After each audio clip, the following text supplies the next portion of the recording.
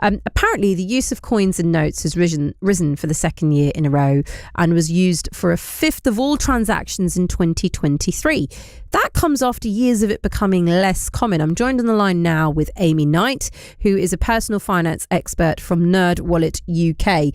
Amy, pleasure to have you here on BBC Radio London. What's going on? Have we fallen back in love with cash then?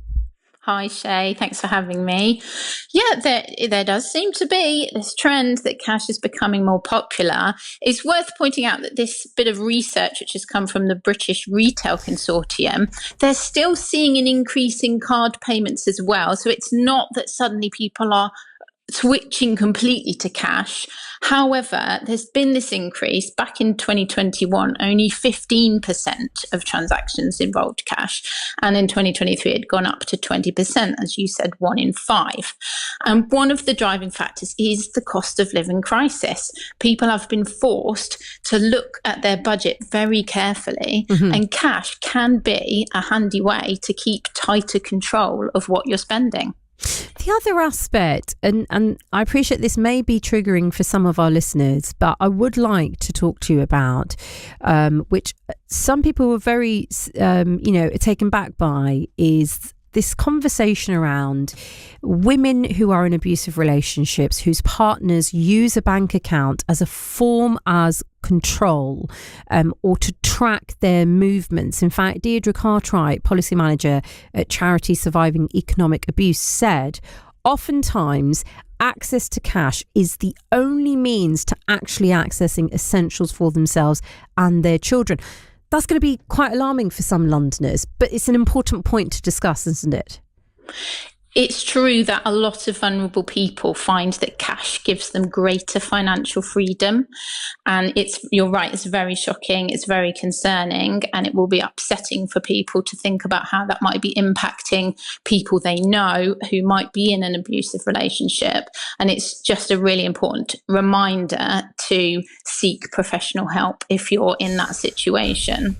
Absolutely the case. What should we be saying then to those that are elderly, to those people that are young, who, as you've just mentioned there, especially individuals who are really feeling the difficulties with the cost of living crisis, who are thinking, actually, cash in hand, cash in my pocket is then going to equate to me knowing what my outgoings are during the month of December and what my incomings are as well. Should perhaps some of us be taking a leaf out of this book?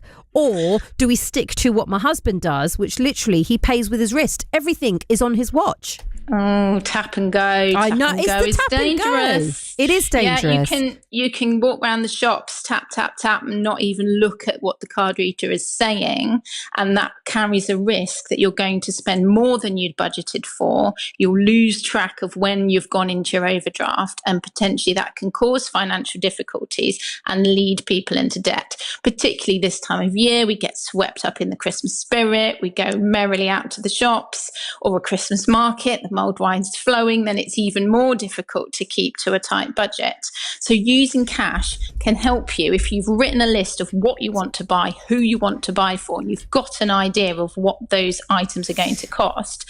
Having the cash and saying, once it's gone, that's what I'm going to spend. And you can do this with your Christmas food shop. You can also withdraw the amount of cash you're willing to spend on nights out. But there's a little bit of an issue here, is there not? On the one hand, we're talking about society, people within society who are saying, actually, this is good for me. I can manage my cash and I can manage my incomings and outgoings. But then on the other hand, leisure centres, universities are going cash free. Pretty much anywhere you go, everything, even trying to park your car, now you need to have an app on your phone. So what's going on here? Does the rest of society need to catch up that actually we still do need cash? Or is it the other way around? We still need to be ensuring that we can pay everything online on our phone or by tapping with our watch?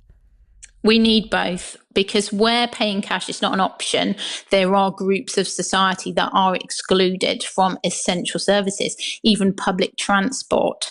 So it's really important that cash is still an option in all sorts of community places. However, for people that are comfortable to use digital banking and can make payments using their phone or a smartwatch, that can be very handy, very convenient, but it does carry those risks. You've got to be more mindful. You've got to track your spending a little bit more carefully. Thank you so much for joining me this afternoon, Amy. Pleasure having you here on BBC Radio London. That's Amy Knight, who is a personal finance expert from NerdWallet UK. I would like to hear from you and your thoughts on this, by the way. You can get in touch on